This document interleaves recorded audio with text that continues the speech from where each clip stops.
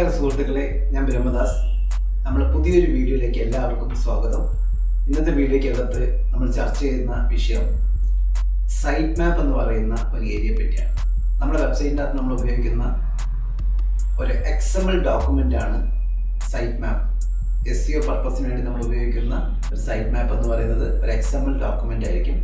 ആ ഡോക്യുമെൻറ്റിൻ്റെ പ്രത്യേകത നമ്മുടെ വെബ്സൈറ്റുമായിട്ട് ബന്ധപ്പെട്ടുള്ള സകല URLസും ഉൾപ്പെടുത്തിയിട്ടുള്ള ഒരു XML ഫോർമാറ്റിലുള്ള ഡോക്യുമെൻ്റ് ആയിരിക്കും സൈറ്റ് മാപ്പ്. ഈ സൈറ്റ് മാപ്പുകളുടെ കാര്യങ്ങൾ നമ്മൾ അറിഞ്ഞിരിക്കുന്നത് SEOയുമായിട്ട് ബന്ധപ്പെട്ട് വർക്ക് ചെയ്യുന്ന അല്ലെങ്കിൽ SEO പഠിക്കുന്ന ആൾക്കാർക്ക് വളരെ ഇമ്പോർട്ടൻ്റ് ആണ്. ഇൻ്റർവ്യൂവിനൊക്കെ പോകുന്ന സമയത്ത് സ്ഥിരമായിട്ട് സൈറ്റ് മാപ്പുമായിട്ട് റിലേറ്റഡ് ആയിട്ടുള്ള ക്വസ്റ്റ്യൻസ് നമുക്ക് എക്സ്പെക്റ്റ് ചെയ്യാവുന്നതാണ്. അപ്പോൾ സൈറ്റ് മാപ്പ് എന്ന് പറയുന്ന ഈ XML ഡോക്യുമെൻറ്റുകളെ പറ്റി ചോദിക്കുന്ന സമയത്ത് നമ്മുടെ വെബ്സൈറ്റിൻ്റെ സകല URLസും ഉൾപ്പെടുത്തിയിരിക്കുന്ന ഒരു XML ഡോക്യുമെൻ്റാണ് സൈറ്റ് മാപ്പ് എന്നും അതിനകത്ത് നമ്മുടെ വെബ്സൈറ്റുമായിട്ട് ബന്ധപ്പെട്ടുള്ള URLസിൻ്റെ ലാസ്റ്റ് മോഡിഫൈഡ് ഡേറ്റും ചേഞ്ച് ഫ്രീക്വൻസിയൊക്കെ നമുക്ക് അറിയാൻ പറ്റും, അതിനകത്ത് രേഖപ്പെടുത്തിയിട്ടുണ്ടാകും. അതുകൂടാഞ്ഞിട്ട് നമ്മുടെ വെബ്സൈറ്റിൻ്റെ പേജുകളുടെ frequency, change frequency, last modified date, അതുപോലെ തന്നെ പ്രയോറിറ്റി, ഈ വക കാര്യങ്ങളൊക്കെ കൃത്യമായിട്ട് രേഖപ്പെടുത്തിയിട്ടുള്ള ഡോക്യുമെൻ്റ് കൂടിയാണ് സൈറ്റ് മാപ്പ്. നമ്മൾ SEO പർപ്പസിന് ഉപയോഗിക്കുന്ന സൈറ്റ് മാപ്പ് XML ഫോർമാറ്റിലുള്ളതാണ്. XML ഫോർമാറ്റ് ഡോക്യുമെൻ്റ് ആയതുകൊണ്ട് ഗൂഗിൾ പോലെയുള്ള സെർച്ച് എഞ്ചിൻ്റെ വെബ് ക്രോളേഴ്സിന് വളരെ ഈസി ആയിട്ട് ഇതിനെ ക്രോൾ ചെയ്ത് മനസ്സിലാക്കാൻ പറ്റും, അതിൻ്റെ ചേഞ്ചസ് മനസ്സിലാക്കാൻ പറ്റും. ഇതൊക്കെ സൈറ്റ് മാപ്പുമായിട്ട് ബന്ധപ്പെട്ട് അറിഞ്ഞിരിക്കേണ്ട സംഗതികളാണ്. നമ്മളെ വെബ്സൈറ്റിൻ്റെ സൈറ്റ് മാപ്പ് നമ്മൾ ജനറേറ്റ് ചെയ്ത് അതിനകത്ത് കൃത്യമായിട്ട് നമ്മൾ ചേഞ്ചസിനനുസരിച്ച്, മോഡിഫിക്കേഷനനുസരിച്ചുള്ള ഡേറ്റയും കാര്യങ്ങളൊക്കെ ഉൾപ്പെട്ടിട്ടുണ്ടെങ്കിൽ ഗൂഗിൾ ആ പേജിനെ വളരെ ഈസി ആയിട്ട് ക്രോൾ ചെയ്യാൻ സാധിക്കും, മനസ്സിലാക്കാൻ സാധിക്കും, ലാസ്റ്റ് മോഡിഫൈഡ് ഡേറ്റ് മനസ്സിലാക്കാൻ സാധിക്കും. ഇനി സൈറ്റ് മാപ്പുമായിട്ട് ബന്ധപ്പെട്ട് നമുക്ക് കുറച്ചുകൂടെ ഡീപ്പായിട്ട് അറിഞ്ഞിരിക്കേണ്ട കുറേ കാര്യങ്ങളാണ്.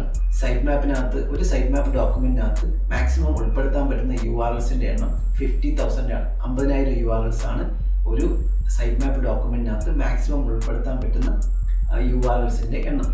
ഇനി അതുപോലെ തന്നെ ഒരു XML സൈറ്റ് മാപ്പിന് ഒരു സൈസിൻ്റെ പരിമിതിയുണ്ട്. 10 MB കഴിഞ്ഞ് പോകുന്ന ഒരു സൈറ്റ് മാപ്പ് ഗൂഗിൾ വാലിഡ് ആയിട്ട് കണക്കാക്കണമെന്നില്ല. അപ്പോൾ നമ്മുടെ ഒരു XML സൈറ്റ് മാപ്പിൻ്റെ സൈസ് പരിധി 10 MB ആണ്.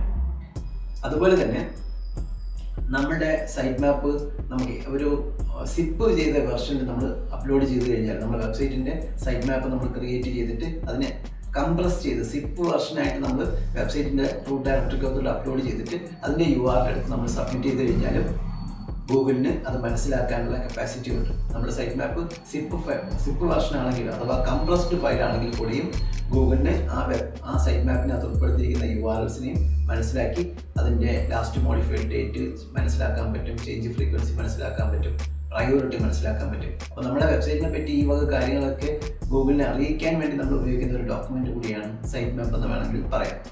XML ഡോക്യുമെൻ്റ് ആയതുകൊണ്ട് സാധാരണ ഫയലുകളെ ക്രോൾ ചെയ്യുന്നതിനേക്കാളും വളരെ എളുപ്പത്തിന് ഗൂഗിളിന് ഈ XML ഫോർമാറ്റിലുള്ള സൈറ്റ് മാപ്പുകളെ ക്രോൾ ചെയ്യാൻ സാധിക്കും.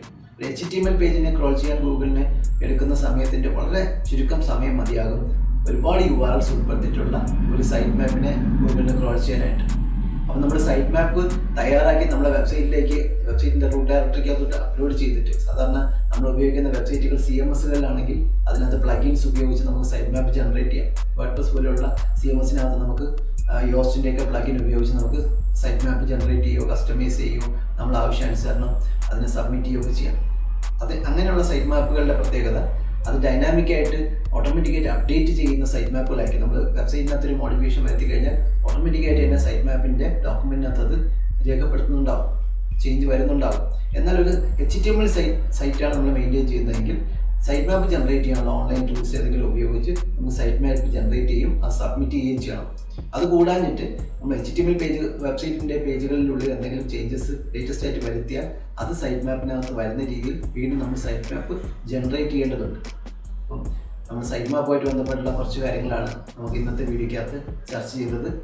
ഇപ്പം കഴിഞ്ഞ കുറച്ച് ദിവസങ്ങളായിട്ട് SEO പഠിക്കുന്ന ആൾക്കാർക്കും SEO പ്രാക്ടീസ് ചെയ്യുന്ന ആൾക്കാർക്കും അറിഞ്ഞിരിക്കേണ്ട ടെക്നിക്കൽ നോളജ് ഷെയർ ചെയ്യുന്ന കുറച്ച് വീഡിയോസാണ് ചെയ്തുകൊണ്ടിരിക്കുന്നത്. ഇതുപോലുള്ള വീഡിയോകളിൽ നിങ്ങൾക്ക് എന്തെങ്കിലും അഭിപ്രായം രേഖപ്പെടുത്താനുണ്ടെങ്കിൽ നിങ്ങൾക്ക് ദയവ് ചെയ്ത് കമൻസ് ആയിട്ട് രേഖപ്പെടുത്താം. വീഡിയോ ഇഷ്ടപ്പെട്ടെങ്കിൽ ദയവ് ചെയ്ത് ലൈക്ക് ചെയ്യുക. SEO പോലെയുള്ള ഡിജിറ്റൽ മാർക്കറ്റിംഗ് SEO റിലേറ്റഡ് എന്തെങ്കിലും പുതിയ വീഡിയോകളൊക്കെ പബ്ലിഷ് ചെയ്യുമ്പോൾ നിങ്ങൾക്ക് കൃത്യമായിട്ട് അതിന് നോട്ടിഫിക്കേഷൻ കിട്ടാൻ പാകത്തിന് നിങ്ങൾക്ക് ചാനൽ സബ്സ്ക്രൈബ് ചെയ്യുകയോ നോട്ടിഫിക്കേഷൻ ബട്ടൺ എനേബിൾ ചെയ്യുകയൊക്കെ ചെയ്തു കഴിഞ്ഞാൽ വീഡിയോ പബ്ലിഷ് ചെയ്യുന്ന വർക്ക് ചെയ്യുന്നത് നിങ്ങൾക്ക് കാണാൻ സാധിക്കും. പുതിയൊരു വീഡിയോയിൽ കാണുന്നവരെ എല്ലാവർക്കും നന്ദി, നമസ്കാരം. Thank you for watching.